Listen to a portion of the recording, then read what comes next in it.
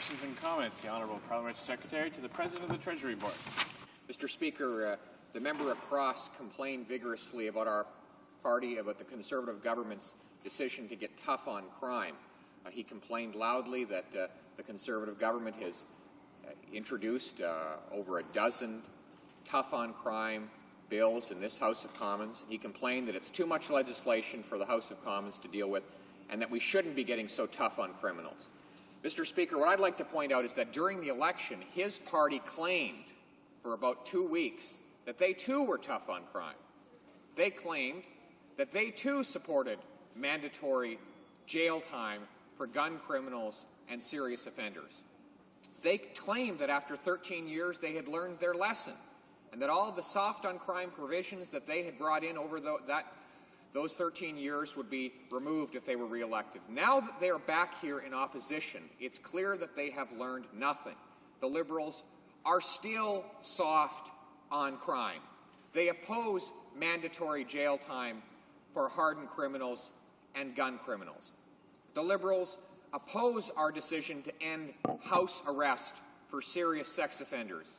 They oppose our bans on street racing. They oppose all of our efforts to crack down on the growing scourge of gangs, guns, and violence. Mr. Speaker, my question to the honourable member is why will he not stand in his place and admit that his party, the Liberal Party, will always be soft on crime and that crime victims can never rely on Liberals to keep our communities safe? Thank you. The honourable member for Moncton, Riverview, Dieppe. Mr. Speaker, I'm acquainted with the honourable member. We worked very hard and diligently on C2, the Accountability Act, and I'm very familiar with his absolute ability to have a drive-by political bombast, as we just witnessed. If there was a question there, the question should have been on C23. But I'll underline that this party is about keeping communities safe.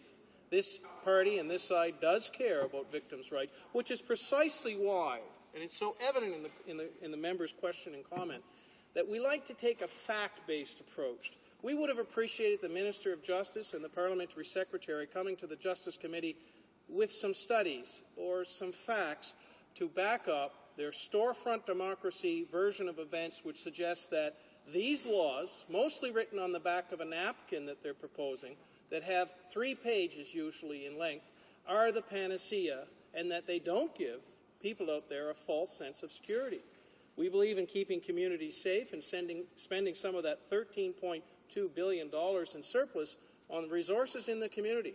I would love to discuss this with the honourable member and have him say that we are not giving enough to the police forces in our communities, that we have cut $4.6 million from a trial project administered by the RCMP, who they so steadfastly support, and so do we, for drug-impaired reactions.